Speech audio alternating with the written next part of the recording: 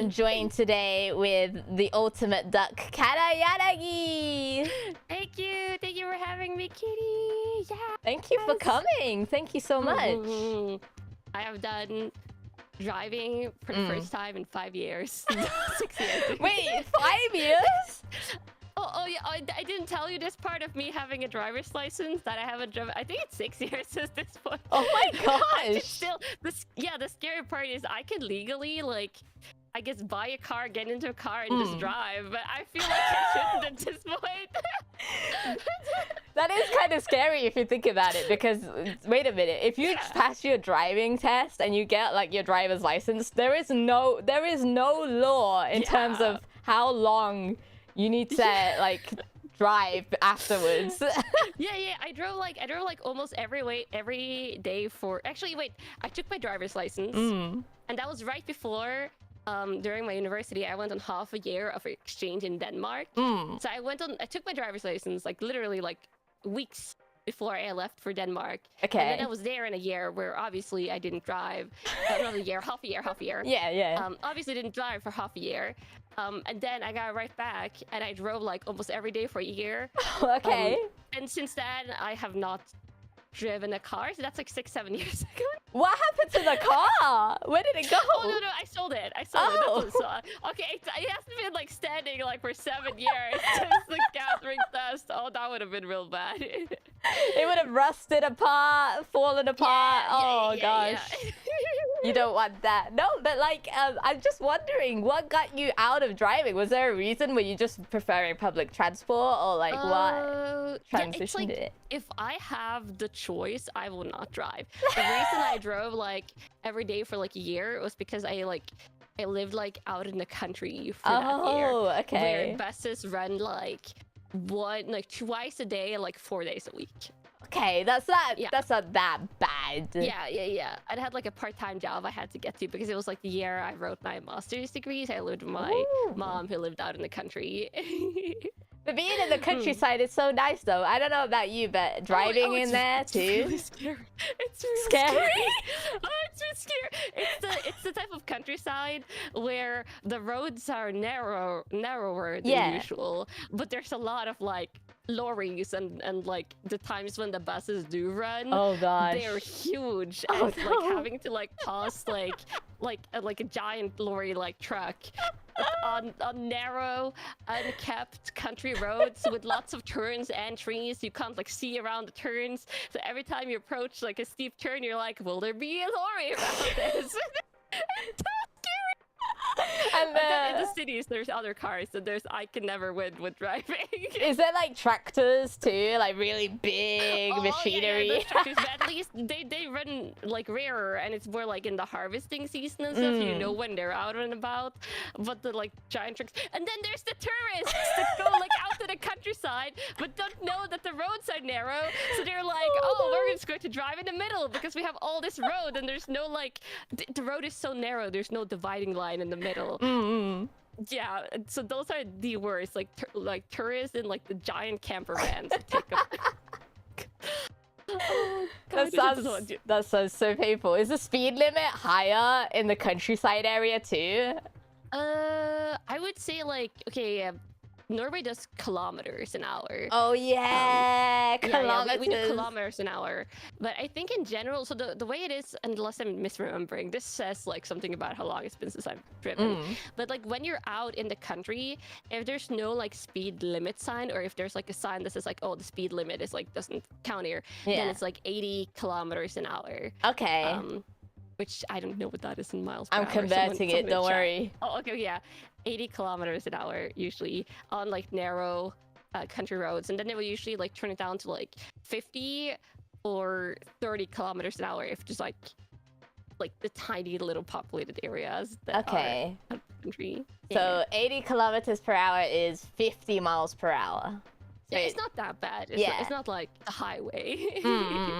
For us in the countryside, it's 60 miles per hour, which is like, wait, I'm gonna convert this. Oh yeah, that's a little bit more. That's actually I think you wouldn't cross that limit. 96 kilometers an hour. Oh yeah, that's like approaching like highway. I think like highways do like 100 to 120 kilometers an hour here. Yeah. It's around the same here for the highways. Yeah. Very, very close. Yeah, probably. But that's super speedy. That's even. I don't even want to imagine that on like the country roads here.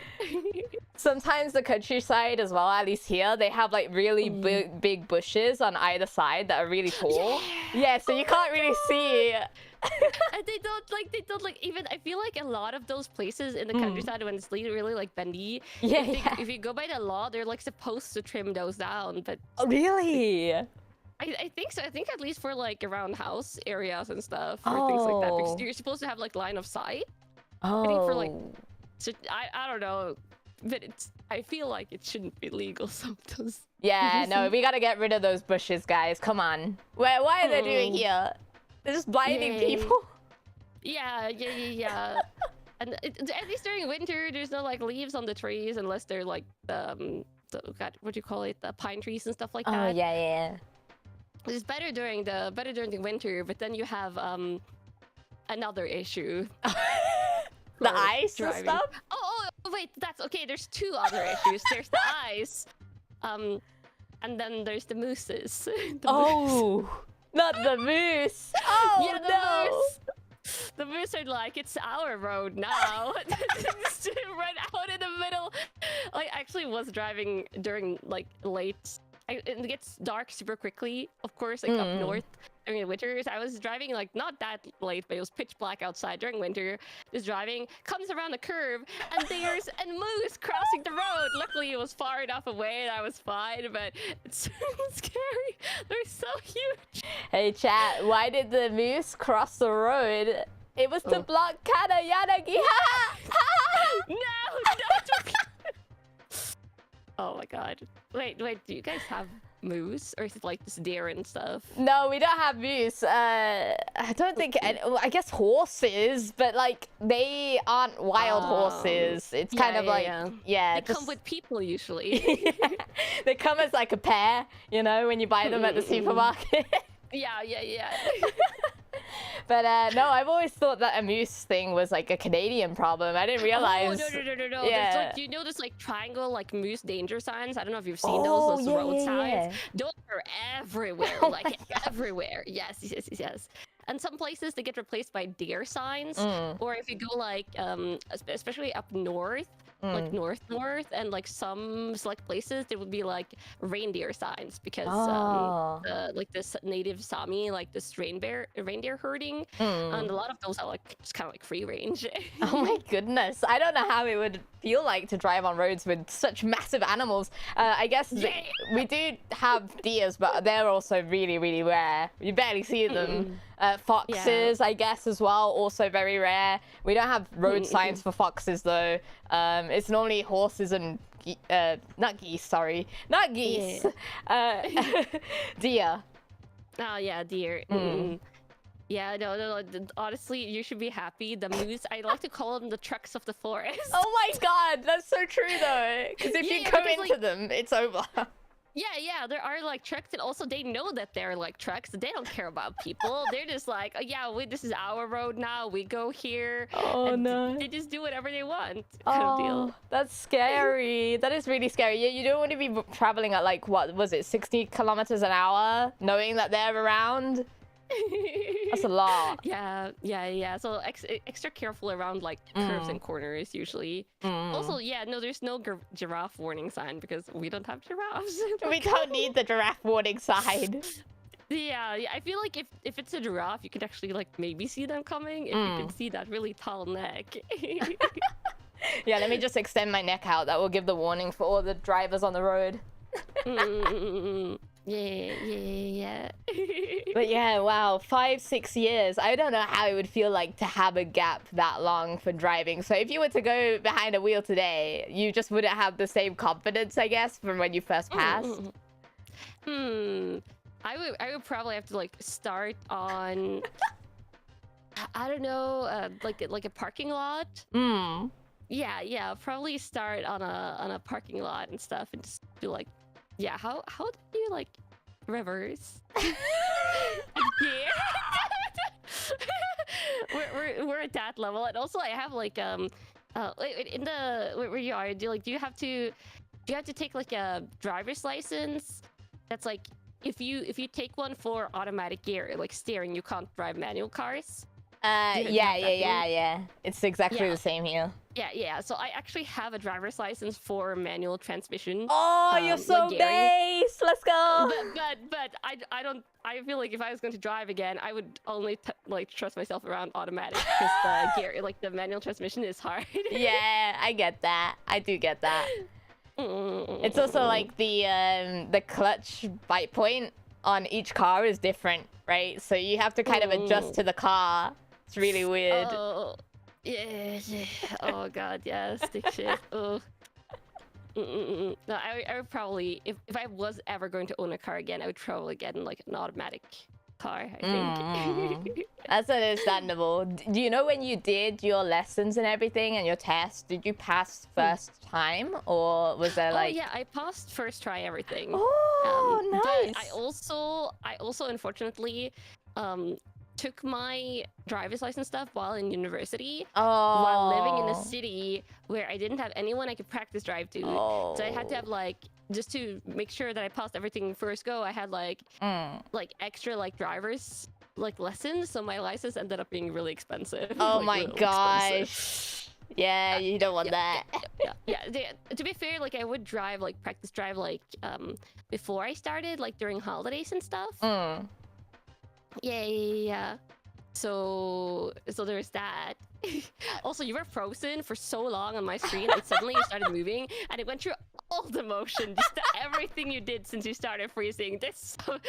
You're freezing for me too sometimes. I didn't want to say it out. I know. Wait, why is it happening? I don't know. I feel like it's a VTube studio because I have...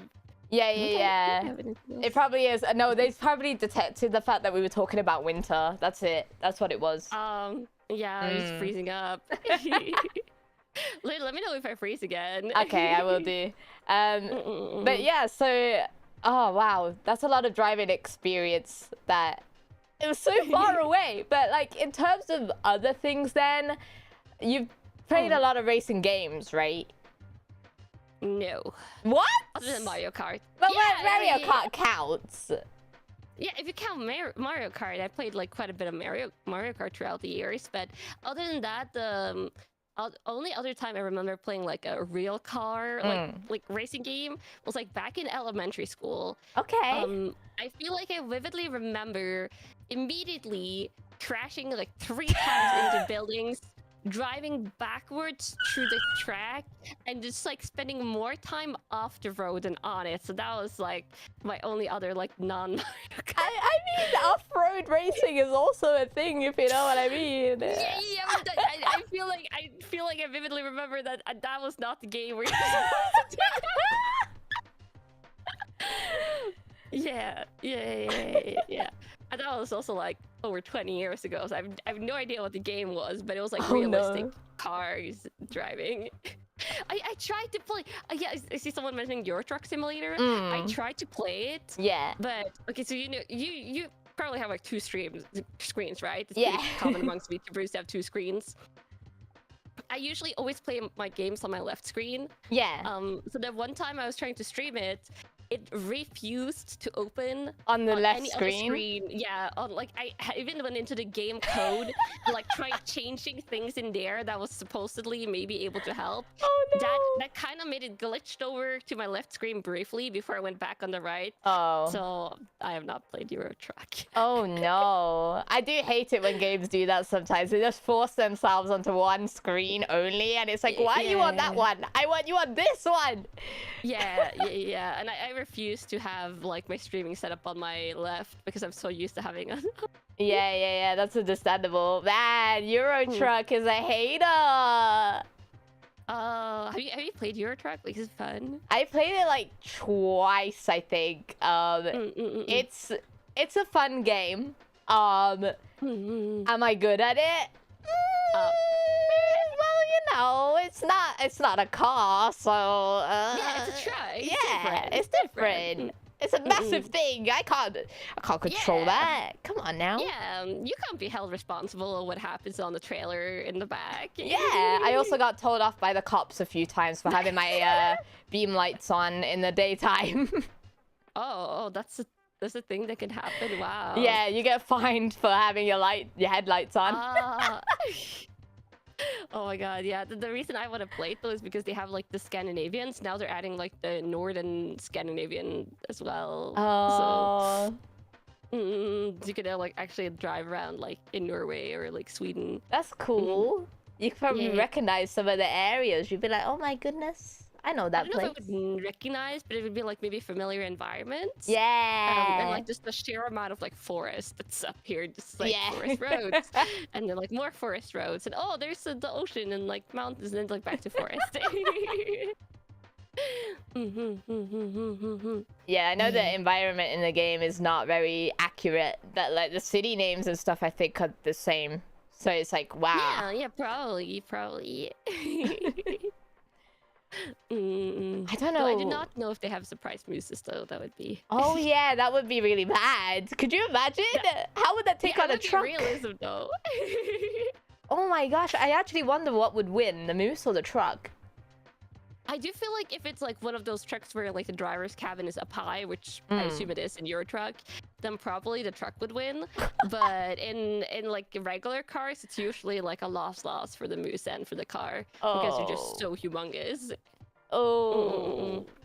I guess it also depends on how much the truck is carrying, right? Because if it's just like not carrying anything, then maybe the moose would win. But yeah. If it's got like a big supply of, I don't know, like wheat. Wheat. Or like rocks. Yeah, just rocks. All rocks. The rocks would definitely win. Yeah.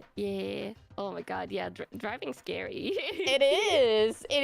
It's like you are signing up to risking your life every time you go into a car. But at the same time, it's still less of a likelihood to like pass away in a car than you would to a shark in the ocean, you know? Like. Oh, true. Yeah. I mean. And that's also rare.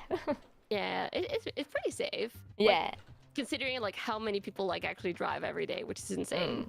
But you're still pretty brave to be like a racing VTuber, I think. It's all cars all the time. Thank you. I mean, you know, you're living risky. I love living on the edge, you know? There's just so much excitement to doing something with high antics all the time. Adrenaline. Yes, the rush. Indeed. But although I will say that my Mario Kart skills are probably not up to par with yours. I'm gonna say that. Oh, no. You haven't seen me race Mario Kart. It's, I feel like I'm like a bottom middle. What? No, I wouldn't say that. I love racing for in Mario Kart for the chaos. Yeah. All the items basically carry the race, but it's like, my luck with items is terrible. Yeah, mine too. Especially, but though if you're in the back, that's when you get like the higher chance of the good items. Yeah, I've seen some people who purposely stop and wait to be at the back, then start driving. That's kind of fun. I like that. If you have those like super big brain skills, you can probably capitalize on it. Oh yeah, absolutely. I've never done it though. Yeah. Though the new Mario Kart looks so fun with like the 24 racers. I swear I saw in the trailer like different costumes for the characters as well. I'm like racing plus fashion. It doesn't get better than that. Yeah, it's gonna be open world too. It's so exciting. I can't wait. You can like drive between the places. I've like seen. I don't know if you seen that they're doing those like Nintendo experiences like around the world. Oh yeah, I did. Yay. And I've seen like comments on people like trying the games. I did also see people commenting on like the fact that the new Mario game is super good. So the Mario one. I'm crossing my fingers. So exciting! Oh my goodness. There's like a new Sonic racing game coming out as well. So. Oh, true. There's a big win for the racing games this year, I think. Yeah, gotta love it. Oh, and then there are also, I don't know if that was this year or next year. I know it's like not like a proper racing game. But there's the new Kirby game, right? The sequel. Yeah. Yeah. So many good games coming out. Oh my goodness. Yeah. Kirby Air Riders. That's it. That looks like a racing game to me. I don't know. Yeah. I have never played the original. But I saw someone like saying when the trailer like popped up that that's like racing adjacent and stuff. I've also never played the original. I didn't even hear about it until I saw that trailer. Yeah. I think it's like a Nintendo console game. I don't know about you, but I had like Nintendo handheld, like Game Boy, but never had the Nintendo home consoles growing up. I only had like the Wii and the 3DS, and that's it. Yeah, the 3DS. The 3DS was great. Oh, I had the Wii U too, but we don't talk about that. Oh, I see. The Dark Ages. We don't talk about that. That's fair. That's fair. You have to mention all the games or the game consoles. Listen, okay, I see the Wii U as a test for the Nintendo Switch, because that's basically what it was. Yeah, probably they're like developing their hardware. It still had the portable screen thing, you know. Yeah. Yeah. So the Switch 2 is looking super good. So yeah. Not sponsored, guys. Not sponsored. No. just geeking out about games. It's all the way in June. That's so far. It was actually way sooner than I thought, though. That's true. Yeah, when they said like, I don't know if it was like summer they actually didn't say anything about like the date for the direct. I was like figuring like late summer, early fall, because the direct was like only a week ago now. It feels like longer, but it's like a week plus. Yeah, it's like a week plus, and from that announcement until the release, basically just 2 months, which is not long considering people want to do like pre-orders or like save up for it and stuff like that. So they kind of just was like, oh yeah, it's here soon. It's just here. It's coming. Yeah, I didn't expect them to drop everything so quickly, but I think like all the leaks as well kind of helped with that, because it was like, you're getting this information out so early. True. And also maybe I'm considering like maybe they want to like gear up and have it like have a lot of people have the Switch 2 before like maybe they're planning bigger game releases next year, because I know for Pokemon is having its 30th anniversary next year, so I'm assuming they'll do their next like big main game or things like that. And we haven't had like a huge Mario game like 3D games since Odyssey, right? So I'm curious if they're making like Odyssey 2 or something. Oh, could you imagine? That would be really hyped. Yeah, like not necessarily Odyssey 2, but like whatever they're doing with their new Mario 3D game. Yeah. I would love to play a new Mario 3D game because I love those ones. Yeah, Odyssey was so fun. I love how whimsical it was with like just all like the hat takeover power-ups and stuff. It was really, really good. I love the whole mechanics of it, and like even going back to the same maps and having more things to do, it was nice. Yeah, finding all those like secret stars and like secret little thingies. Yeah, I'm pretty sure to this day I actually haven't found there's so much I haven't found in that game. Oh wow, there's still got so much to do. Yeah. The chat's like realizing how old they are because of Mario. Oh no, dude, I have that because of Pokemon, because my first game was like Pokemon Yellow on the Game Boy Color. Oh, that's a long time ago. Yeah, like OG Pokemon girly. I'm like a Pokemon noob, which is kind of weird, but it's true. I don't know much about Pokemon at all. I used to watch like a bit of the episodes, and that's it. I didn't. Yeah, I never really played the games or anything. Yeah, they're pretty fun, but you have to like the genre. Yeah. If the genre isn't for you, then you're probably not going to like it. Yeah, it's like turn-based combat, right? Yeah. I would say like it's not quite the same as like the games that are usually classified as like turn-based combat, I feel like. But it's like the battle encounters is like the turn mini strategy thingies, I guess. Okay, yeah. Yeah. Though, to be fair, they also have like the spin-off games. Which my favorite is like the Pokemon Rescue Squad thingies, the Explorers of Sky one. I'm begging for them to port it to the Switch. That one and Pokemon Heart Gold Soul Silver and Pokemon Black and White from the DS. Like that one, and Explorers of Sky needs to be ported to the Switch too. I'm like begging on my knees. You gotta go to Nintendo HQ and be like, please, Yeah. please port it over, please. Yeah. This is what the people want. Yeah, like seriously, like those 3 games, I feel like for a lot of people, are some of their like some university, like not university, universally beloved like Pokemon games from the DS era. So I feel like if they release those, they could earn a lot of money. But the question is, would they? Would they actually do it? Nintendo doesn't always port their old stuff. I hate it. I hate it. I've been meaning to try and play because I've never played it before, but I know this is another big racing game in Nintendo, like retro stuff. F-Zero. Oh yeah, the F-Zero. It's coming to the Classic Collection. They're actually porting the some of the No old games. way! Okay, well, I know what I'm doing. Yeah, did you not see it? I didn't see. Yeah. If you have the Nintendo like online stuff, they're porting some GameCube games over to the Switch 2 like online thingy, and F-Zero GX. That's the one that's getting ported. Well, I know what I'm doing. I'm definitely doing that. Yeah, I mean, if you're getting the Switch 2 anyway, it's perfect. Yeah. Yeah, I want to play the game that they're porting. That I want to play is the Zelda Wind Waker. Oh yeah, I did see that. Yeah, that one. They're also porting some other stuff, but that's some of the bigger stuff they're porting, I feel like. Controversial opinion, but I still think that retro games are superior. Oh, for me, it heavily depends. Because I also love a lot of the modern like Souls games and action Okay, yeah, that's fair. Yeah, when you like those genres, there's a lot of great modern games. And actually, I just love too many games. Do not ask me for my favorite game. It will be a long answer. We'll be here for like 5 hours. That's understandable. So wouldn't say retro, but early 2000s. That is classed as retro now, no? That's 20 years ago. I would say retro is like the 90s. But that's like 20 years ago.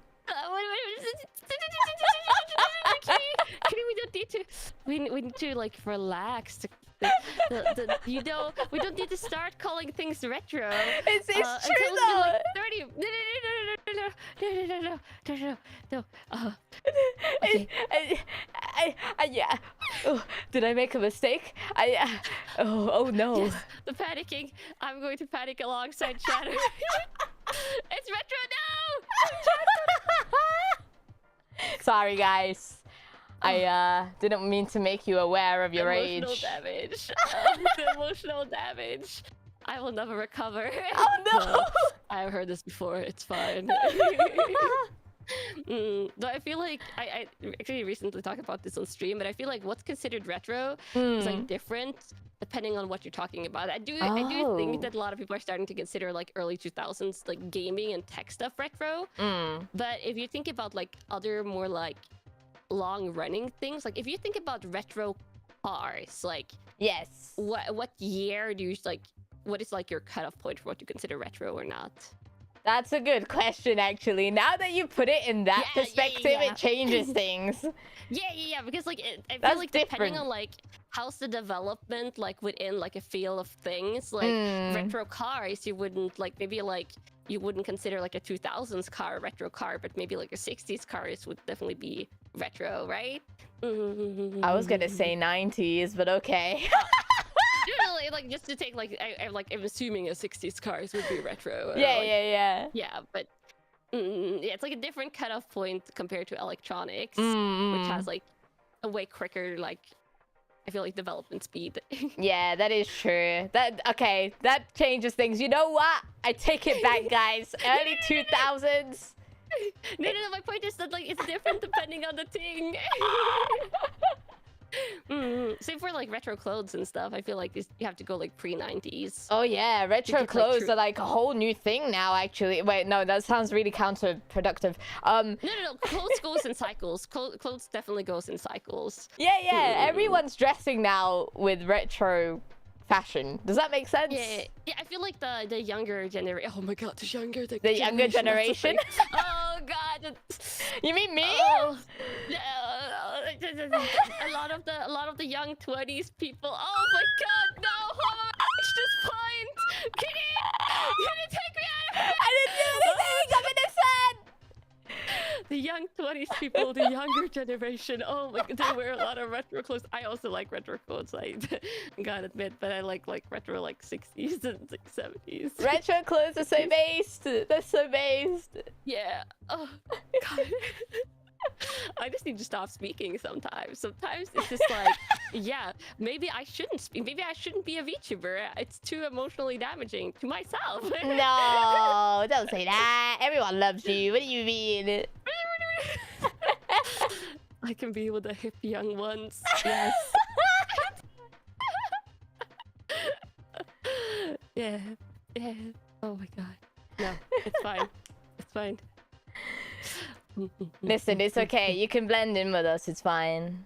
Don't worry about it. I will blend. I will blend. See, look, we're both VTubers. We're in the same place, you know? No one actually knows. You know what I mean? No one knows. Yeah. No, I genuinely am 30. Yeah, I remember you said that on your debut, actually. I was there. I was watching it. Yeah. I was just like, I'll just embrace my 30s as a VTuber. Understandable. Completely understandable. Yeah. But you know, sometimes it's fun when VTubers embrace the mystery as well. Yeah, I get that. Yeah.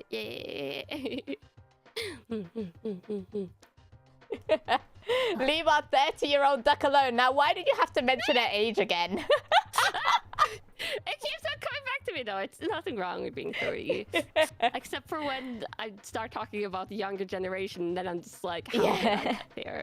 The separation kind of becomes more real then, and it's like, oh no. Oh no. Yeah. I feel like within the VTuber sphere, like obviously like there's people of like all ages of VTubers. It's like you don't notice it as much because I feel like we all like have a lot of things in common. Like some people are interested in animes, some people are interested in gaming or like music or like just like chatting about like random stuff, and like we have all these like commonalities. So age doesn't really like come into the conversation as much. But I feel like the second you talk with like IRL people like outside of YouTubing, which for me is like my younger sister, it's like a little bit old, like younger. When I talked to her like in depth one time, I was like, oh my god, she's a different generation. And that's what it hit me. It's like, I'm getting old. That is true though, because like you said, when you talk to people outside of the VTuber sphere, you notice the gap a lot more, because then you're like, damn, you're talking about stuff I don't even know about. Like, how old are you, dude? It's like I'm not keeping up with like the conversation and like some of the like I feel like also like with the lingo, the language, like you know, VTubers, like you have like the VTuber like things like Oshis and like all the like the idol speak and stuff like that comes with VTubing. Like we have that in common. And then like words like yapping just suddenly like spreads across all VTubers. But when I talked to my younger sister, she was using like phrases and stuff that I hadn't really heard before, and I was like, this feels strange. And then I talked to my older sister afterwards, and I was like, she was like, yes, this is strange. I'm really guilty of taking on a lot of meme lingo, so the meme lingo. I'm like full of all of it. I'm sorry. all the oh god, what's it? Is it Zoomer brain? Yes, I am Zoomer brain pilled. Absolutely. Yeah. If you bring up like meme lingo, then I might start like, you know, the nod and wave. Nod and wave, like yes. Like, oh, I understand. I have no idea what she's talking about. Yeah. Exactly. That's understandable. Well, the brain rot. I don't know. The brain rot. I'm not brain rot. Come on. I mean, if you're a Zoomer meme and you have absorbed all of that, isn't that when it becomes brain rot? I mean, you said it, not me. I would say it's brain productivity, not brain rot. Okay, I see. You're embracing it, but differently. Yeah, it's growing inside of me. I'm becoming a new person. soon, like on Halloween, it will be the birth of complete brain. It will be like a zombified face. Like half of it is Kiri as you know her now, and then half of it is the new brain rot version. Oh my god, that sounds actually horrifying. Why? It's just like, it sounds like it's like growing and incubating inside you. It's like, what is going to happen when it hatches? Listen, she's not gonna take over the world. It's fine. It's fine. Yeah, you'll keep her inside. Yeah. I'll She contain won't her. get to escape. Oh no. Oh god, now, yeah, oh god. Everyone in chat is like saying alien stuff, and I keep on imagining like alien scenes. Listen, guys, you're all witnesses to my plan. Wait, no. It's not a plan. It's not a plan. A plan. This has been carefully thought out. No, it hasn't. It's not happening. It's not real, okay? It's a figment of your imagination. Yeah. Just like my existence. Wait, no, we're not a figment of their imagination. Kitty! We're real! I don't know! No. If you're not real, then who am I talking to? Oh my god! Have you taken your pills? No, we're all real. We're all real. We're all here. This is fine. We're all fine. Don't worry about it. Don't worry about it. Don't worry, guys. It's fine. It's okay. You could trust us, right? Right? Yeah, we're very trustworthy. What's 9 plus 10, Kana? 19. Oh. Is it not? No, it is. I know basic mathematics. I don't. Wait, why is everyone saying 21? Is that a meme? Is that a meme? It's a meme, yeah. Oh, okay, yeah, that's... If it's a meme, I don't know it. Oh, no! I only know like VTuber specific memes. Okay. And then I only know some of them. And then other than that, I know like the memes that are like the cute like things that sometimes are on the internet. Okay, I gotta show you this meme. I will show you this meme at the end of the stream. I will remember. Okay. Yeah, my meme knowledge is super limited and super selective to like almost basically only VTuber stuff. And you know what? Things. You've kept yourself safe for a good reason. That's good. Yeah. Stay away from the brain rot, Kana. Well, yeah, I do. I still, to this day, please don't tell me, but I still, to this day, do not know what Skibbity Toilet is. Oh. I've not looked it up, because at this point, like, I don't want to know. You know what? That's understandable. That is understandable. I get it. Yeah. So I'm that's just how I roll, I guess. We gotta shield Kana from all the brain rot forever. It will just bounce off your armor. Yeah. What I'm like doing like non-VTuber stuff on the internet is mostly just like reading manga or watching like cooking stuff on YouTube or watching Netflix or stuff like that. Dude, I love. Okay, so I know you do ASMR and everything, but the ASMR I like to listen to is cooking ASMR. I love it. Oh, well, like from like the cooking process. Yeah. I don't know what it is. It's just the soothing sounds of things being fried and like mixed. I think it's like very satisfying sounds, and you like tie them together with eating, so it's like has like a visceral response in your body. It's really good. Yeah, I totally get it. I like cooking, like not cooking ASMR, but if I'm eating my dinner and stuff, I like watching like cooking shows, especially the ones that show like the behind the scenes at restaurants where you like watch them do like the food prep and the cooking. Yeah, I like that more than watching like the part of the show where people eat the food. I just like to see the cooking. Yeah. The whole process is really interesting, and I'm really bad at like when I'm cooking something, multitasking. So doing multiple things of cooking at once, I hate that. I can't do that. So when I see a chef do that and they're like running to one part and stirring it, and then they do something else to like make sure it's fried properly, it's like, damn, how are you moving around so quickly and doing all of that? It's pretty interesting. I think a lot of it comes like when you do see chefs like make food and stuff. A lot of it like they know how to do. Like it's either like a process they're very familiar with, or it's like dishes that they've made 1,000 times. You start to autopilot it. But yeah, I think it's just like experience really. So good. Overall cooking experience. I wish that was me. Yeah, and I feel like if you are like a chef, you're probably a person that's like drawn to like multitasking. God, it's so true. Yeah. Because you also yeah, you also have to like manage what each person's doing too, right? It's like who's cooking what in the kitchen, is it done yet, what's taking so long, that all that kind of stuff. Yeah, like they all have to like work together, like synchronized and stuff like that. If not, then you get Gordon Ramsay kitchen nightmares. Eventually. What are you, an idiot sandwich? I'm sorry. Yeah.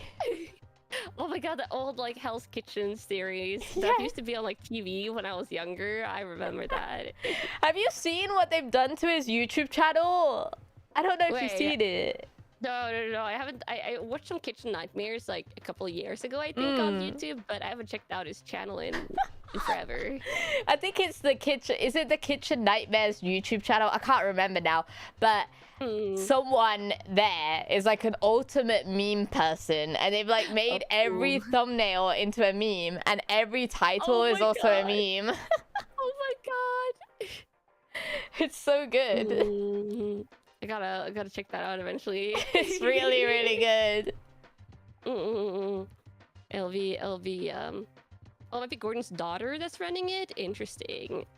So Gordon's daughter is a Zoomer. Okay, nice to know. Thank you. Yeah, I think he has a lot of kids. Yeah. It's like I feel like it's a pretty public figure, so. I always feel like, you know, when celebrities have kids, it's like, where do those kids go? I never see them. Like, what are they doing, you know? I do feel like sometimes they try to like really like let them have an anonymous life as much as possible. Yeah. But then other times you have like those kids that like starts like as movie actors like in their childhood. That basically it gotta be exhausting like growing up in the spotlight and just like being in the spotlight from like very, very young.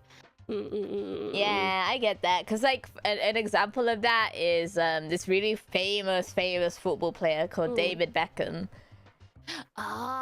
Yeah. He's got like 3 children, but you never see them anywhere.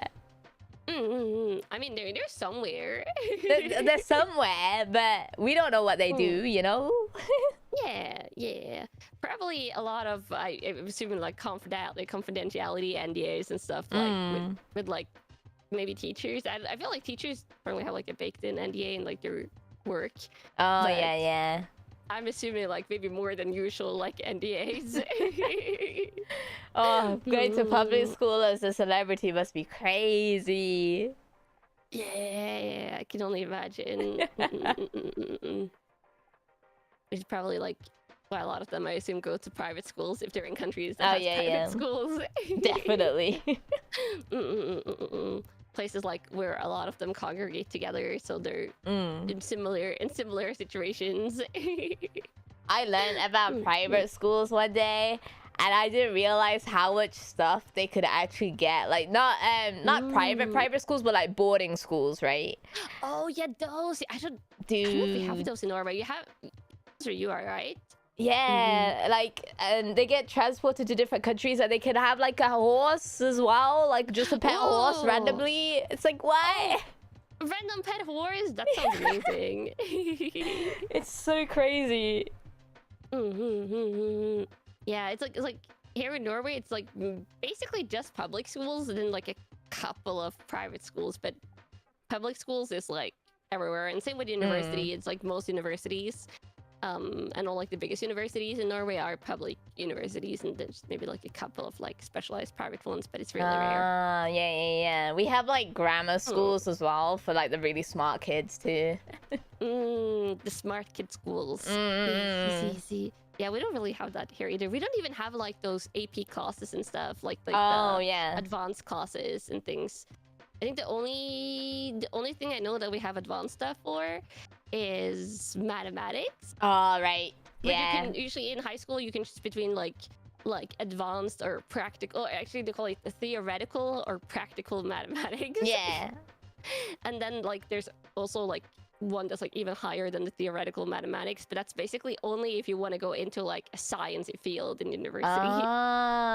We have something similar, but it's not for maths. It's like with the sciences, there's either science, which is all the combined sciences in one class and like one exam, or for the people that do better in science, they have it divided into 3 different things. So physics is one, and then biology was one, and chemistry is one. Yeah, I think we have that here. So you have the way they do it in high school in Norway is that there's a lot of different things they call like lines. So basically, when you apply to high school, you apply to like you can take like general classes, but then you also have like specialized sports related classes, like physical education. So you like go into like general education but physical education focused, so you get like the thing that you need to apply to university, but all your specialized classes are sports and like physical activity. And you can do the same with like general classes, and then like the science heavy classes, which is probably what you just talked about, the equivalent that we have if you want to go into the sciences. Then there's one that's that, but like social science. Yeah, and then there's the one that I was on that was like general education, but also all the specialized classes was art classes, like art related and like design, which is really fun. We didn't really use those for anything, but it was like, so instead of being bored out of your mind, having just boring subjects when getting that general education certificate thingy that you need to apply for university, you could also have some fun art classes. You can't say that. You can't say it's boring classes. You can't say that.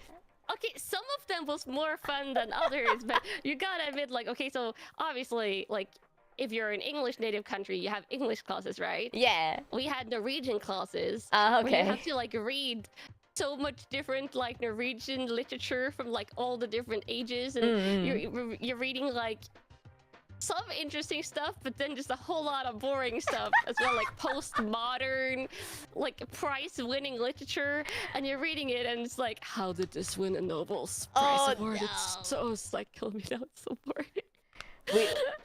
We kind of do that too. We read a lot of Shakespeare. I would love to read Shakespeare compared to some of the stuff that I had. But it's like, you know, when you're doing the Shakespeare's classes, like, forgive me, chat, because this is going to be really bad, but there's a lot of things where you're hyper-critically analyzing the stuff that he's wrote, and it's just like, what if he's just done this by chance? Like, we're just analyzing it, and it's like, he probably didn't even mean to do it.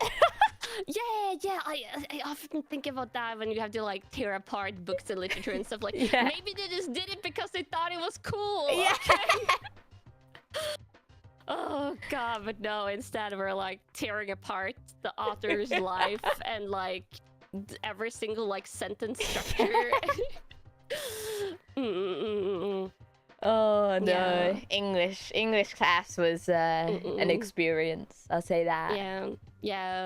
The like your whatever your native language is, like your native language class. Those are often, I feel like, some of the most tedious ones because you have to do like so much different stuff, and they're really strict on grammar because it's your native language.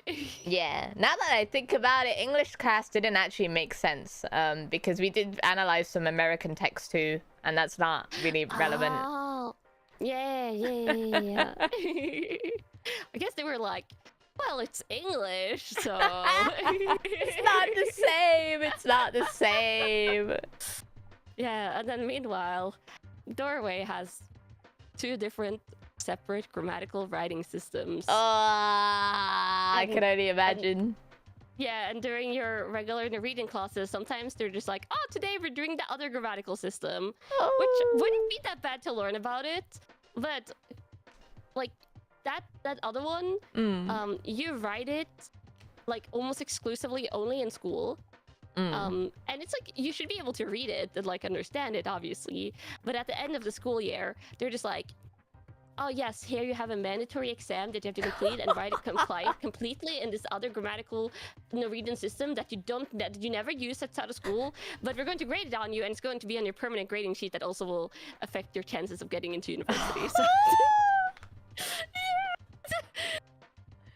yeah. In addition to like, of course, your regular Norwegian stuff that you're also being graded on, you get that extra Norwegian grade. That's so harsh. That is so harsh. Yeah. And then you also have English and then a third language. So in 1 week, I had actually in like 1 week period, I had 3 written full school day exams in 3 different grammatical systems. It's so and over. it was English, which I'm fine with, and then it was not my main Norwegian, it was the side Norwegian, like the small Norwegian one I don't know, and then also Spanish. Oh that my I for now goodness. forgotten. Do not ask me to speak Spanish. All in 1 week. Oh. That went mixed results. I did French for my language. I don't know anything about French. Yeah, I was about to say, do you know French now? No. Je m'appelle Kiri Kilovolt. Yeah, it's like I'm Kiri Kilovolt, right? Yeah. Yeah. Yeah, I can say like me llamo Kana. It's like my name is Kana. I can't say anymore though. That's where it stops. And that might even be wrong. I'm not confident. So what we've learned today is that language classes are useless. I mean, at least if you're not planning on moving to the country and speaking it, or if you don't have a conversation partner that you can speak with regularly. I know Japanese more than Spanish. And I've only self-studied. Isn't that crazy? That is pretty crazy. Yeah. It's like you have to be interested in the language. I don't get why they say I feel like they should be like, okay, what do you want to have for this extra class? Like, what do you actually care about? Yeah. And then give you 5-6 options or something. For us, we couldn't we only had 4 options because we only had teachers for those languages. So they wouldn't let us do what other were your ones. options? I think it was French, Spanish, Italian, and German. Oh, okay. We had all of those, but not Italian. We have French, Spanish, German. Those are the normal things in Norwegian schools. Italian is nice though. Yeah. I feel like if I had that option, I might have picked it actually. In another life, you would have been speaking Italian right now. Yeah, just for doing something fun, different. And I was scared to pick French because I heard it was the hardest, and I think that's true. It is. Yeah. You picked. I mean, you like living on the edge. You're a race driver. You chose to do that with your learning as well. Yeah. Living on the edge with your grades. I chose such a hard language, and I swear I have brain damage. But you know how to say what your name is. That's progress, important. you know. Yeah. Oh my goodness, no, French class was weird because we also spent a few days just watching movies in French. Oh yeah, we also did that. Wait, did you watch fun movies at least? I think it was called Taxi or something like that. It was a pretty fun movie. It was very action, high octane, you know. Oh god, you're lucky then. Oh, we got the depressing movies. Oh no. Existential crisis movies. Oh gosh. Yeah. And then the one time we got to watch something that wasn't that, we watched a horror movie, and I'm scared of horror movies. Oh, that's awful. Yeah. Oh gosh. Yeah, everyone knows what I'm talking about with taxi. That's good. Oh, nice. Yeah, you lucky. But you did pick a hard language, so I know. you did Oh luck. my gosh. I think the worst part of French, which I know other European languages also have this problem, but it's sorry, not a problem. Challenge me. A challenge. There's like masculine terms and there's feminine terms, and you have to use them for the specific sentence format. And it's like, oh my goodness, this is getting confusing. Yeah, Norwegian has that for nouns. Like, the nouns have... It can be a masculine noun, a feminine noun, or a non-gendered noun. I'm not kidding. Oh it's my like gosh. three genders of nouns, and they all like conjugate differently. But I don't really think about it because I grew up with Norwegian, so it's like just an automatic thing. If you ask me to start teaching someone Norwegian grammar, I'm going to be like, wait, we have what now? It's like for a lot of the stuff I'm using, but this is the thing that we do. Yeah, it was always hard to get my head around because obviously English doesn't have that problem. So when we try to learn European languages, it's like a whole new challenge for us to realize that there is a new rule set that we're not used to. Yeah, and then there's all the exceptions for everything. Like everything has like always lots of exceptions. It's like, oh yeah, we have these conjugation rules for this, but like then there's like a list of like 100+ common exceptions. Oh my goodness. Or stuff like that. Yeah. Isn't language learning fun? I hate it. Yeah, it goes a little bit everywhere. Yeah. Oh goodness. Languages are complicated for no reason. I'll say that. Yeah, and then I really love Japanese, but Japanese has like, I guess like if you're living in Japan, this is like more of an issue, not if you like learning Japanese casually. But they have like the different like politeness endings, like verbs has like you have taberu, tabemasu, like the endings, like tabemasu is the more like polite one and taberu is like the more casual one for friends. Yeah. And then you have like the keigo language as well, which is like the honorifics language. Oh my goodness. Yeah, Japanese has a lot of complicated stuff in it. Oh, I can only imagine. Japanese has like 3 alphabets too. Oh yeah, they have the hiragana and katakana, which those are the easy ones, because they're just what you call them. Oh, I know the Norwegian word for this, but they're like for sounds basically. Yeah. Most of them are like combination of like a consonant and a vowel. But then you have the kanji, which is the hard part. Looking at kanji makes my head hurt. Yeah, it's not that bad if you have like one kanji. It's like, oh, I think like the kanji for like south, for example, like the direction south. Yeah. Like Minami, Kaji, like those ones like are easy because then they don't have like too many like meanings. Like they have like a couple, like 2-3 different readings maybe, and then like the meaning is simple when it's on its own. But then you have some kanjis that have like literally like 10 different Japanese readings and then a lot of different meanings depending on context, and you're just like, oh yeah, nice. I will learn this one meaning, and then I'll just guess if I see it other places. Just guess the other ones. You don't need any other ones. Yeah, What do you mean? It's like, oh, this is the kanji for life? I know it maybe has something to do with that, but no, it was something completely different. Oh my goodness. I will say though that languages are interesting regardless, because if you think about it, the whole world speaks so many different languages and it's so cool. Yeah. Yeah, obviously you wouldn't be able to learn all of them though. Oh, yeah, though there are some people that are just like mega language brains, like Miel, for example. She's so good. She just catches it so easily. Miel senpai, she's always like, oh, I have no strengths. There's nothing that I'm strong about. And I'm like, what do you mean? You speak like 5 languages? Yeah, that's a huge skill. It's so good. It's such a good flex to have. Yeah, and it's really useful. It's like I feel like one of the most like useful like everyday skills. Like if you want to travel or if you live in a city or like a country where there's like a lot of like international people, it's so useful. And I feel like for like work, Like you could be unless you want to be like a musician, having like an instrumental talent like isn't necessarily good to like help you if you want to just get a regular office job. But like language skills, like that can take you far in a lot of professions, I feel like. Definitely, because I also think that languages just in general, there will always be a need for a translator wherever you go. Yeah, like translation work and stuff. Yeah, it could be in the most unexpected place ever, and if someone will ask you, do you know this language? It will happen.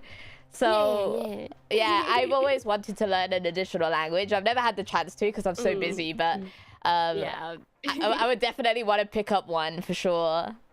Yeah, it's like I think like I always a tiny bit envious of like the VTubers that moved to Japan. I do really like where I live. It's like very calm, and I have 4 cats. I can't even imagine moving with 4 cats. But I feel like if you want to learn Japanese, like if you want to learn a language, the best way to do it is like moving to the country where they primarily speak that, and just like immersing yourself, because then you're kind of forced to learn. Yeah, that's so true. Because I went to Japan on holiday a few years ago, and just being there, like everyone talks Japanese, obviously, but it's also like when you're trying to converse with members of staff in like a convenience store or something like that, even just knowing that simple Japanese, it just helps you to like use it a lot more regularly and be able to have a conversation.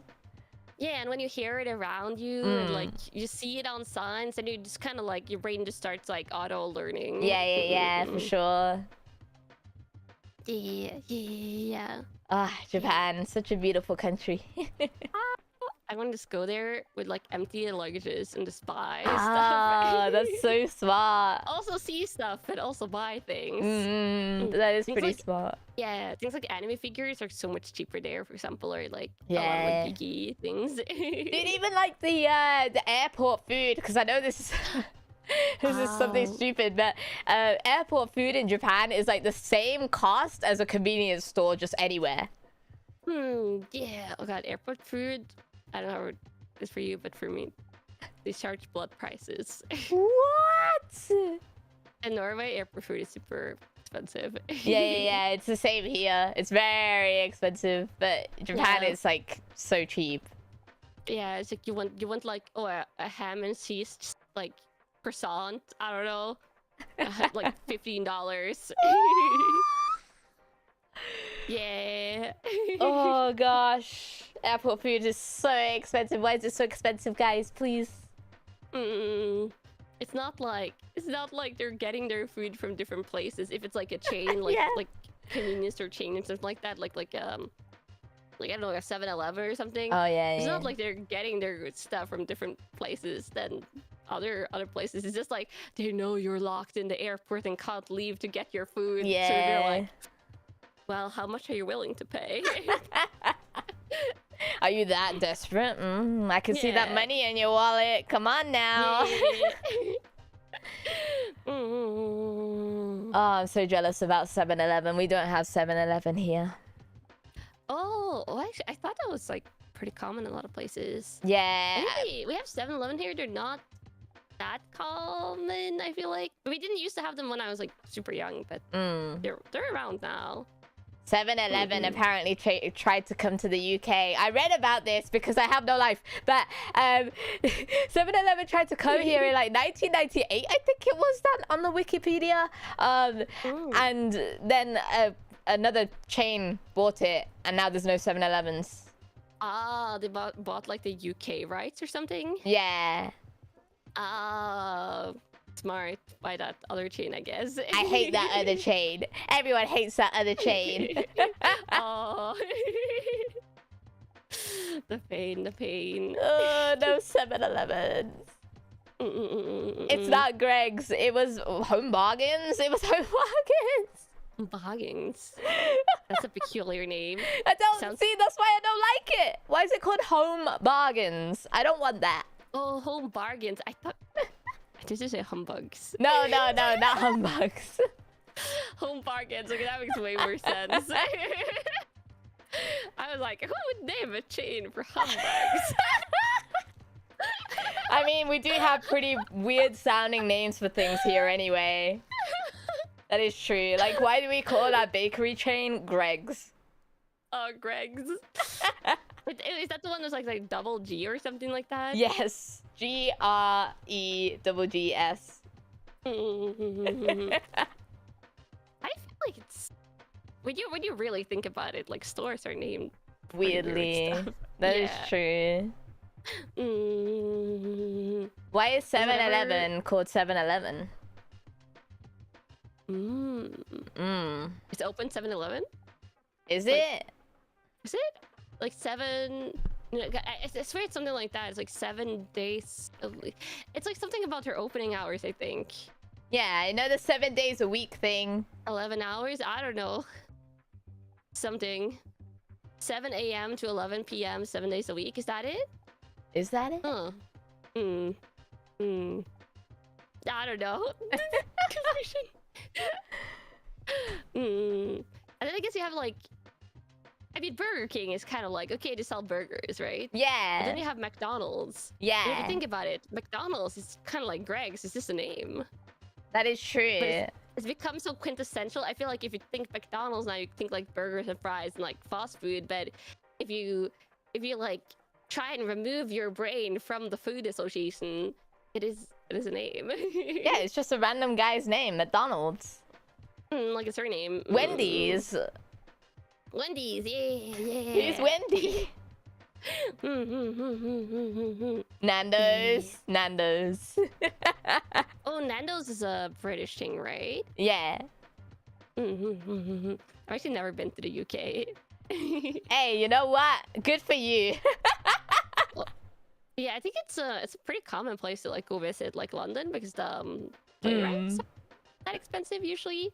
London is the most expensive city. I'll tell you that. To make sense, very touristy, or like a Yeah. place where a lot of tourists go. Even the Tesco in London is more expensive.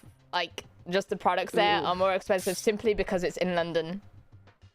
They get that like location upcharge. Yeah. You know, the way you have to pay more for property. Yeah, exactly. London is like, what did they say? Like London is the British New York. Yeah, you pay more to live there for the house, and then you also pay more for everything that you need Yeah. in your everyday life. That's exactly what London is, yeah.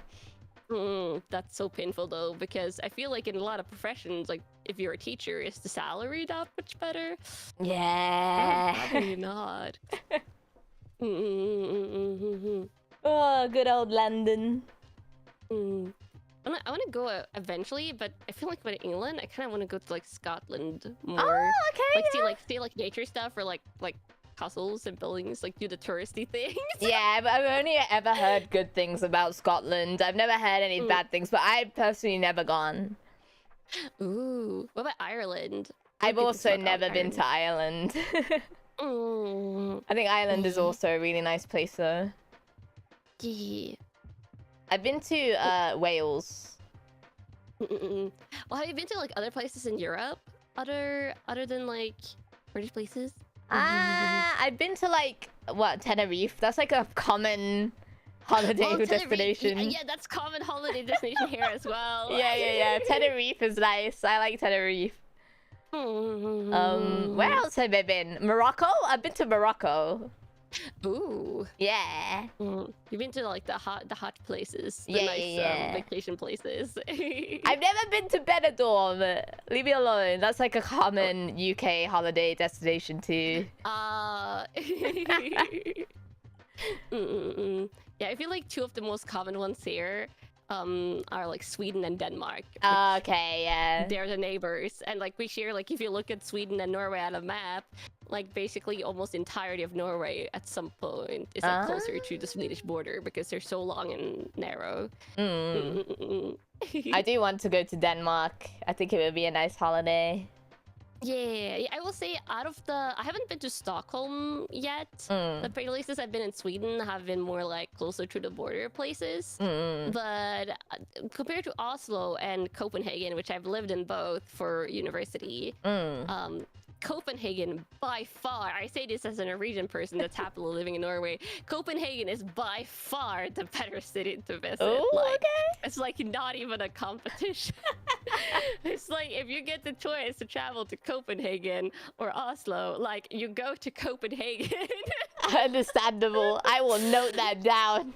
Yeah, like there's things to do in Oslo. I feel like definitely like if you go a little bit outside of the city, there's like nice nature places you can go, but there's better nature there. There's the superior city in Norway is Bergen, like the second largest city, which is on the west coast.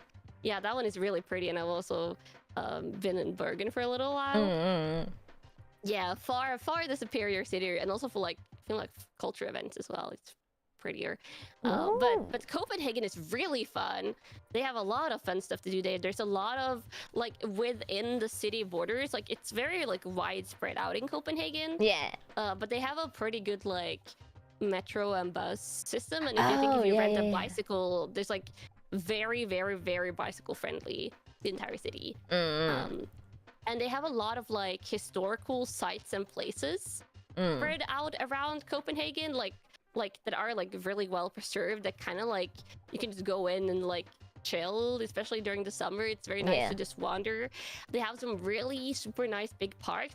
There's a botanical garden in the city. Oh, that's nice. Highly recommend during summer. It's super pretty because they have like a wildlife like mountainy flower garden like outside, and then they have like more tropical plants inside. Yeah, that sounds great. Yeah, and they have the zoo and the Tivoli, like the amusement park. Oh. Yeah, and that's like not even touching like shopping or food or stuff. Yeah, really pretty. Highly recommend. I'm such a big fan of like natural places and you know, flowers and grass, and that sounds boring. Grass. I like grass, guys. Yeah, no, it's good. It's good. Botanical gardens are amazing. They're one of my favorite places to visit. Yeah. I never went to it, but Bergen also has like an hour outside the city, or like half an hour or something like that. They have a botanical garden as well. Oh, that's so cool. There's so many.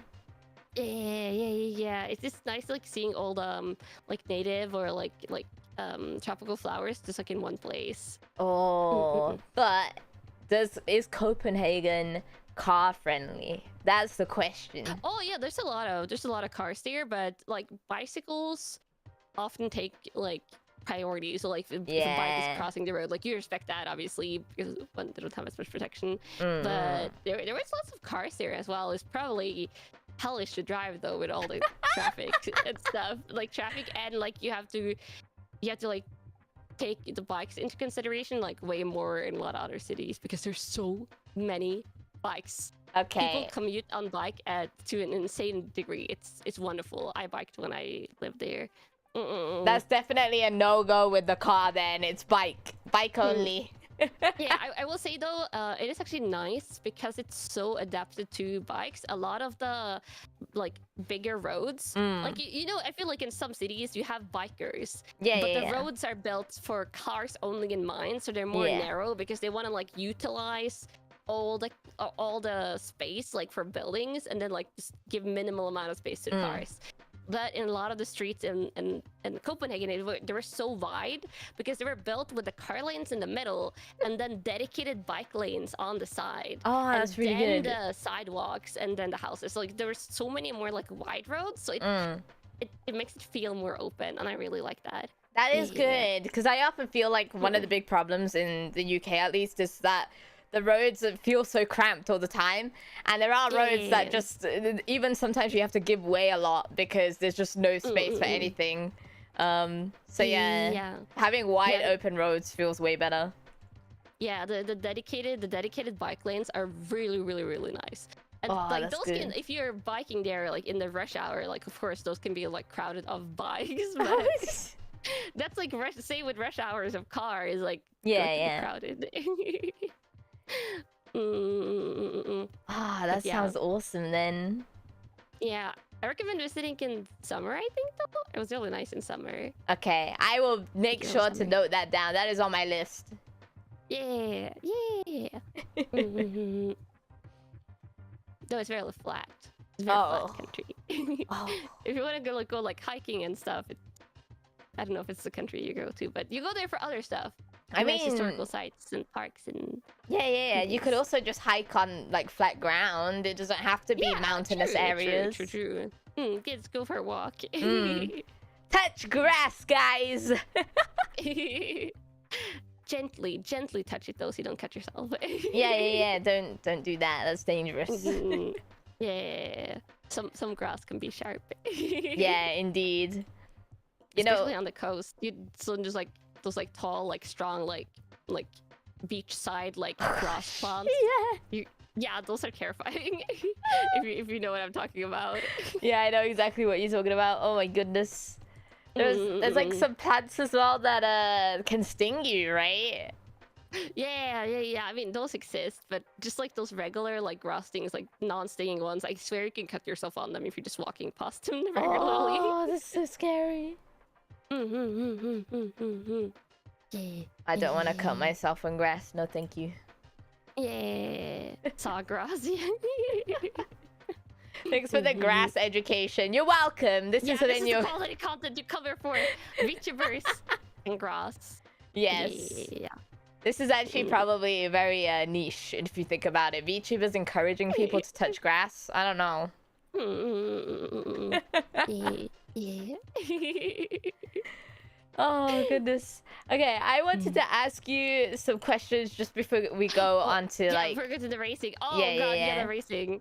So, the first question I had is, I know we talked about your driving experience before, but have you done any sort of physical driving in terms of not only your driving tests and your 1 year experience after that and things like that? Have you done go-karting before, for example? Oh, yes, when I was younger. Yeah! I liked it. Yeah.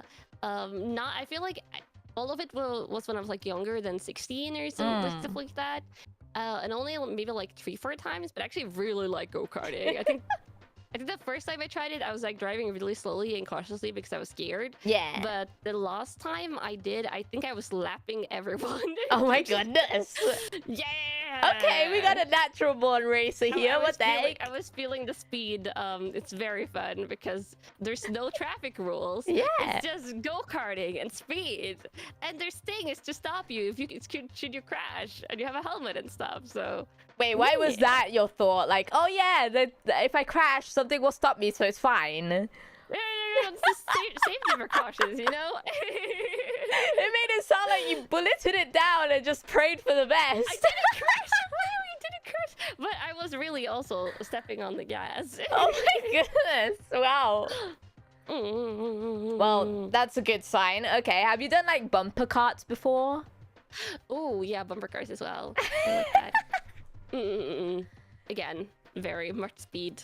But those only go so fast and you don't really have a helmet, so those can be, I feel like actually bumper cars are a little bit dangerous because if you go into someone really quickly and then violently, then your head might like slam on the back of the seat you're sitting in, and that's a little bit painful. Yeah, I think it's just a matter of like making sure you don't hit the car at a certain place. That's why they ban you from doing head-on collisions, right? Wait. What? You're banned? I've never been banned for... Really? We're not allowed to do head-on collisions at all. Wait, that was never... Okay, I haven't been bumper karting in like the last 15 years because this was when I was younger. That was never any rules and regulations on bumper carts when I was on them. They were just like, oh, just have at it. No, we're only allowed to drive in one direction. So we're all going one way and you're only allowed to collide on the side or something. Oh no, when I was driving, it was a free-for-all. Oh my god! Yeah, it was just a free-for-all. That's and I feel like bumper cart. I feel like bumper carts are pretty common in bigger amusement parks. I think I've been in one in Norway and one in Denmark when I was younger.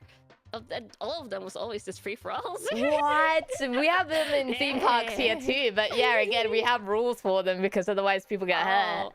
Oh no, I've done no rules bumper carts. Just kind of like, I don't even know if they pay attention if you put on like those seatbelt thingies, which is why I said it was a little bit dangerous because you crash into someone really quickly. It's kind of like it's no, note to self: do not do bumper carts with Canna. No, it's safe. It's safe. I would follow the rules if there were any. So if there's not rules, you don't need to set any, right? Yeah, you just go. This is bumper cart. It's scary. Yeah, me mean, you go all in. That's why it's not really a competition, but it says bump in its name. You're supposed to bump into people. This is an episode of Final Destination. It's actually over for me. No, it's fine. Never mind that I was doing that in Forza as well, but there wasn't any rules in the mandatory races that you couldn't pass people by knocking them out of the way. Okay, I would just like to say that. And also, the game was forcing me to do those races. Yeah. And I tried quitting out. Like, I did the first little startup tutorial thingy, and then I quit out because I thought that was like the race I could quit out of. Yeah. But no, they threw me back into the same race. Kyoto or the Tokyo race or whatever. Yeah. And I was like, okay, I guess I'm racing then. And I just kept on driving, and I was like, I want to drive on the inside, but the other cars is driving on the inside, so I just kind of went more inside than them, and just kind of which worked for the most part. My car was a little bit beat up. There was one time when I was crashed into the side. I spun around, but I landed in the direction I was driving in, so I could just continue. And I was like, that worked out. Yeah. I should really have taped my mandatory practice the thingies. Oh my goodness! Yeah, I was going through a journey. She was playing bumper carts in Forza. It was yeah. I would definitely say you had an experience, but probably a lot different from the other people that have been here. Oh wait, have I been the first person that's to ram people? Yeah. This is normal. This is don't listen to Kiri. Don't listen to Kiri. This is the normal racing experience. No one's rammed anyone. I just wanted to get the quickest way past the opponents. It's a race. If you were on a professional racing league, you would be banned forever. Yeah, I'm also saying I didn't figure out, I didn't even try to install the controller thingy. Okay. So I was driving with the WASD keys for the entirety of this. Yeah, it was the WASD controls. I would just like to make a statement that I do not endorse keyboard controls on a racing video game. Okay. I saw that, but I was like, it wouldn't accept my PlayStation 5 controller, and I'm just like, well, you asked for WASD keys, Racing Kana. This is your fault, game. Oh no. Okay, well, you're not the first person to use keyboard controls, so it's fine. It's fine. Yeah. It works.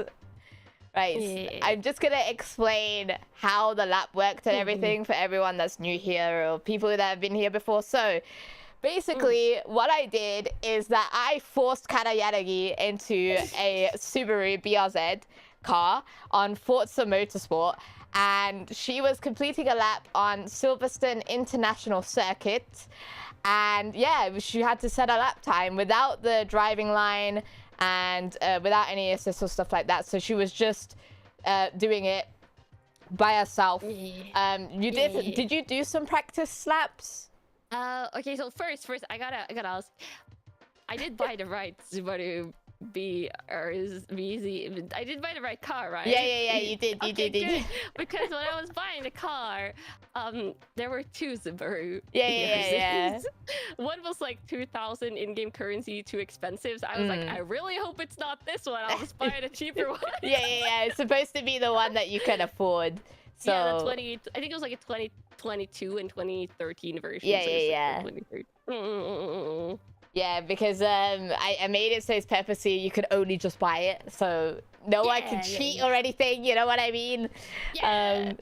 But yeah, so you bought the right car, and you did say, hang on a minute, we got to talk about this now. So you did say you looked at the leaderboard. Oh, right. Yeah.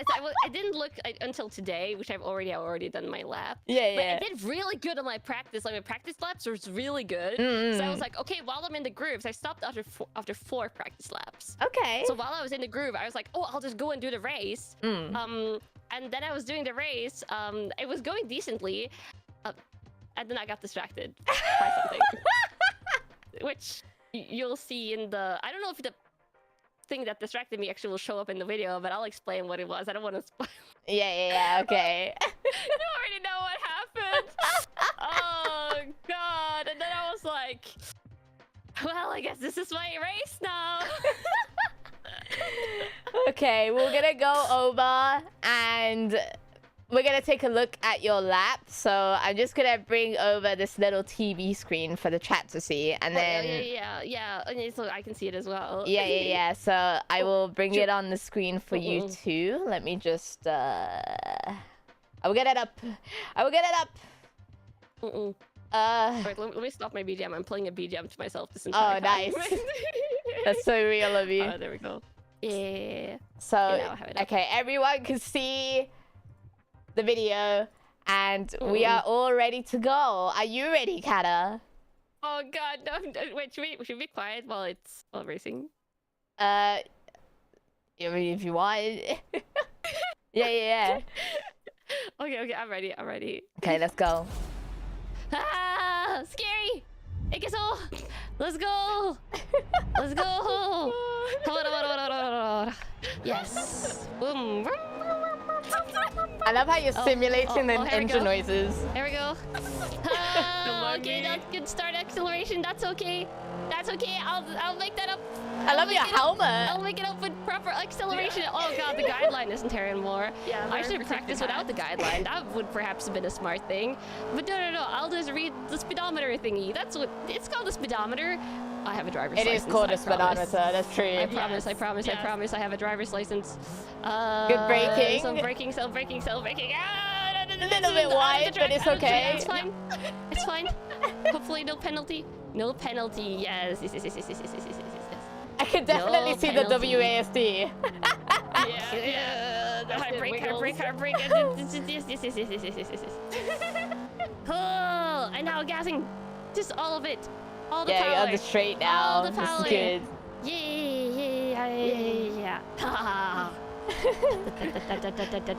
Wait, I shouldn't be wiggling the steering wheel. This is perhaps, wiggles are lovely. Perhaps not like on an actual steering wheel. Nice corner. Oh, that was really nice. Really nice. There we go. I told you nice rounding the corner. I got this. I believe. Yes. Wait, I'm leveling up my car. Ooh. Ah! You guys be distracted by car level ups. I blame the car level up in its entirety there. Okay, that's all on the car level up. And that's not me being easily distracted. Oh no! By shiny things. I perhaps forgot to brake a little bit. Okay. That's like the one final point. Oh my god, that right swerve! Some mistakes were made. Okay. Some mistakes were made. Hey, it wasn't that bad. What do you mean? That was bad. I went into sand. What do you mean? It was okay, okay, the distraction was pretty big. It was like the car. It was like the little pop-up level up, and I was like, oh, you're leveling up your car, and I was like, wait. And then I forgot. It was like at the most important corner of the track. Oh god, I would have murdered that pop-up. Okay, but I do have some good news for you from that. Okay. A lot of people have messed up that corner. Okay, good. So you're not the only one. Oh my god, I practiced that. Although I will say you're the first person to get distracted from a game notification. It's a new game, okay? I've never played it before. I feel like, honestly, they should remove that. It's very immersive braking, okay? You don't level up your cars when you ride in real life. There's no pop-ups to tell you, like, oh, you're doing good, you're leveling up. Yeah, I'm not sure why that's in there now that I think about it. I have no idea. I don't know. Like, why did they do that? Your cars, I feel like they're trying to be like, oh, the more you drive your car, the more experience it has, the more it's worth.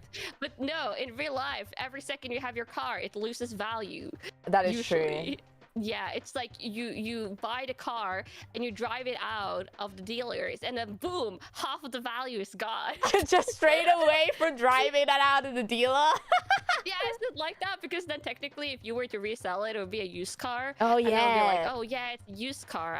I wouldn't pay full price for that. It's like, yeah. Oh no. Well, I mean, you know, you don't have to sell that car. You know, it could be a permanent reminiscence of your time at Star Sprint. So that's nice. Yeah.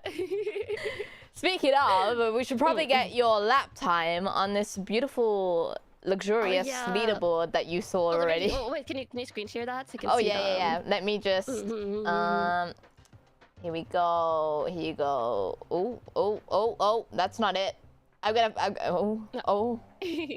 Yeah. Here we go. You see that? You can see that. You can see that. Yeah, I can see that. I can see that. I already know I placed towards the bottom. What do you don't need to sugarcoat it. Okay, wait. So I'm just gonna run through the leaderboard. So at the top, we've got Rioma Baronwort, who's at 126. He's like a really big racing fan just anyway, so that explains that. Yeah. The Oxide is another racer enjoyer, and then of course myself, 132.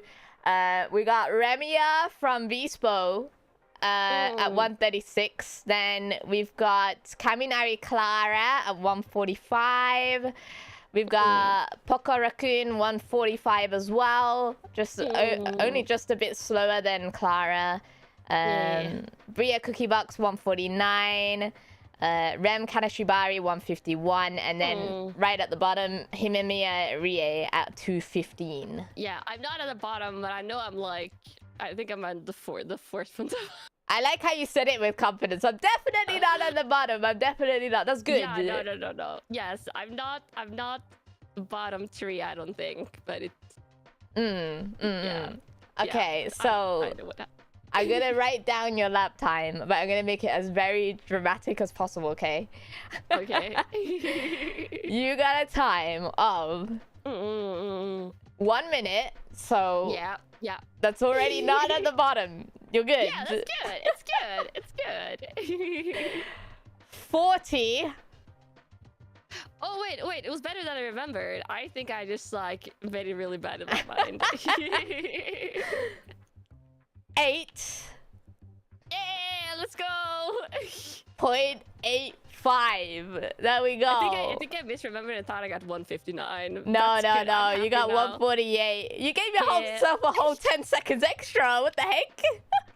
Yeah, it's just real. I think my issue is that in my practices I was I think I was down to 135 on my lap. So of course you have to factor in a startup time. I think I could have done sub 140. Yeah. If I had performed to my practice time. We Ah. all saw what happened.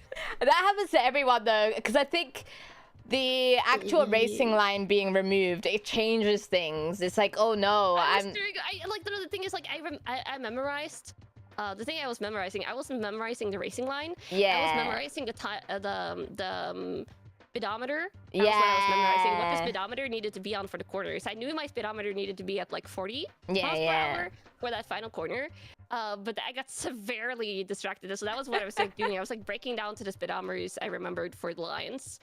That's good though, because yes, remembering the speedometer is a big factor, of course, but the racing line, I would say racing line is not as important, despite what some people will say, because even professional racing drivers don't follow a racing line. They just follow what suits best for them. Yeah. That was kind of what I was doing in the practice lap. I was sometimes doing the racing lines, but I was kind of focusing on the speed. Yeah. That's good. That's very good. Because I also read the instructions that I wouldn't get the racing line on the final one. Yay! You did pretty well though. I would say with the crash out was pretty. Your time is pretty much I wouldn't say smack bang in the middle, but almost in the middle, which is good. Yeah. And like I said, your instinct with remembering the speedometer is really good. So well done. Yeah, let's go. Well This is way better than I thought. I didn't look at my time again after I sent it in to you, so I just like went to bed yesterday full of trauma, and then this morning when I checked the times, I'm like, oh my god, I'm going to be on the bottom. Trauma? You developed trauma because of this? I'm so sorry. I'm so sorry.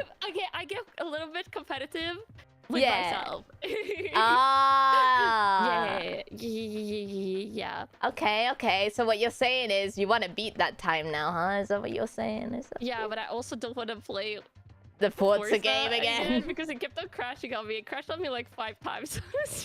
I think it was trying to emulate what it wanted to do to you. That's crazy. Yeah. It never crashed in any of the actual races. It just crashed when it was like loading into different screens. Okay. Yeah. No, this game is kind of scuff, but I couldn't skip the opening cinematics. It's so annoying. It crashed the first time when it was done with all the opening cinematics. That's the first time it crashed. And when I re-entered the game, I had to sit through all of them again, and I was about to like, if you hadn't been streaming, I would have been like, Kiri, what is this game? But I knew you were streaming, so instead I did that off my computer.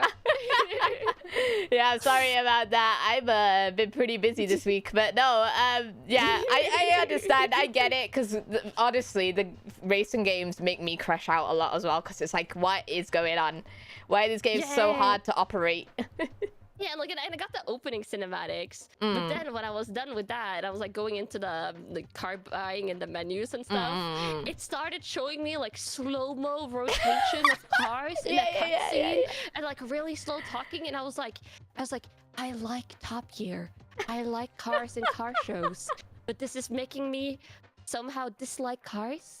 And I was like, this is like, I hate driving, but I don't dislike cars. I love Top Gear. Like the OG Top Gear and stuff. I used to watch it for hours. But I was like, this is making me actively hate cars. I don't like looking at cars now. It's forcing me to look at these slow rotating cars that I don't know what's going on. Oh gosh. Yeah.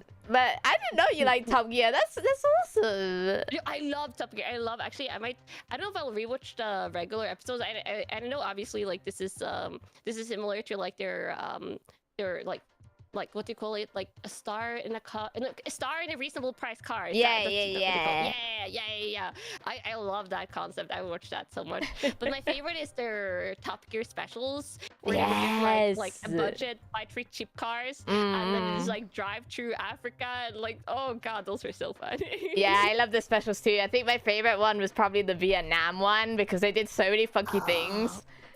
Wait, was that the one where they did an improvised bridge? Oh, actually, I feel like they did that a lot of times. They did do that a lot of times. I think maybe like they also made like a boat with their bike. Oh yeah. Oh god, they're so funny.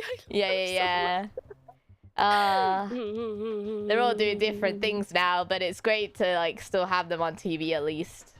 Yeah. I know you can always go back and watch the specials, which now it's been like years since I watched them, so it's that's a good time to rewatch. Yeah. Gosh, I should probably go and watch some myself. It's been ages. Yeah. When your brain starts forgetting like details, that's when it's good to go and rewatch. Yeah. We'll get rid of that scoreboard. Oh, goodbye, scoreboard. It was better than I thought. Let's go. Let's go. You did really, really well. I'm so proud of you. I was surprised when I heard that 4. I convinced myself it was a 5. You did so good. Well done. At least it was high in entertainment value. Hey, listen, it's not just entertainment, okay? You did a good lap. It was very solid. Good time. Hyping me up. Yeah, very competitive time. You did good. Yes. According to Kiri, I should go and do what I did in Forza again. Wait, I don't know about that. No, like the 80% of the when I wasn't driving by myself, when I was driving with other cars, it was amazing. They were moving out of the way so quickly. Because you were ramming into them. Yeah, but then they're like, then they kind of get bumped out of the way and the road is all yours. That's not the mentality you should have. No. I feel validated in the fact that those were my warm-up races, and then my actual races went good. Yeah. Oh, okay, so note to self for chat, okay? You can race with Kada, just make sure it's a time lap race, because if you actually go in the track with her at the same time, you're gonna end up in trouble, man. It's over. No, it's fine. It's fine. Though I would like to reiterate that I do still have a driver's license. Oh, and yeah. I could drive a car right now if I wanted to. And this is the crazy part. She's moved out of the country. She did last year, but she kept on trying to encourage me to like start driving actively again, just so I could drive like her car to drive her places. And I kept on procrastinating on it. I was like, can we do that like next month? And I managed to procrastinate so much that she moved out of the country. How did you manage that? Oh god, I was just like, well, it's very icy outside, and then like I'm busy with this VTubing thing that I'm doing. Oh my gosh! Oh no! Yeah, I've got my stubbornness from my mom. Damn. She did keep on bringing it up, but yeah. Ah, Please warn you, if I start driving, what do you mean? I'll just suddenly be on the road, and I'll be there, a duck in a car, and it'll be very safe. Well, guys, please make sure you're safe, okay? Make sure you're safe for Kana. I mean, I think it shows you should always have car insurance, because you never know when there's going to be ducks and cars on the road.